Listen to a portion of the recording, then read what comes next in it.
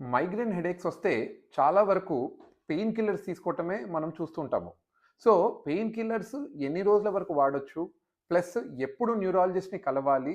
ఎలాంటి treatment options neurologist మీకిస్తారు అన్నది తెలుసుకోవడం చాలా ఇంపార్టెంట్. సో, మైగ్రేన్ గురించి మాట్లాడితే ఒక నెలలో ఒకవేళ మనము 4 డేస్ కంటే ఎక్కువ సఫర్ అవ్వటం అన్నది జరుగుతుందంటే, అంటే సివియారిటీ అంటే ఆ సివియారిటీ ఎలా ఉండాలంటే మనము వర్క్ మిస్ చేయటం గానీ, కాలేజ్ గానీ, స్కూల్ మిస్ చేయటం గానీ ఒక 4-5 డేస్ ఒక మంత్‌లో దానివల్ల జరగటము అన్నది అవుతుంది అంటే మాత్రము ఉట్టి పెయిన్ కిల్లర్స్‌తోని ట్రీట్మెంట్ అన్నది సరిపోదు. ఇలాంటి సమయంలో మాత్రం మనము న్యూరాలజిస్ట్‌ని కలవటం అన్నది ఇంపార్టెంట్ అవుతది.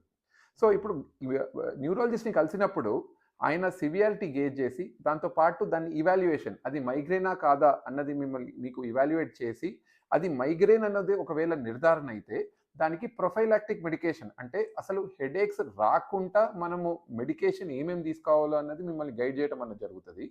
జనరల్లీ మీ సివియారిటీ బట్టి అది 1-2 మంత్స్ వరకు ఆ మెడికేషన్ వాడితే జనరల్లీ హెడేక్స్ రావటం అన్నది తగ్గిపోతది.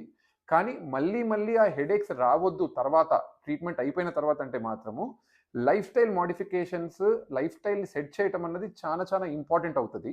And most important blocks of life style management ఏముంటాయి అంటే first sleep, second hydration, third diet and fourth is physical activity. ఈ 4 ఏవైతే ఉన్నాయో ఈ బ్లాక్స్ ఇవి చాలా ఇంపార్టెంట్.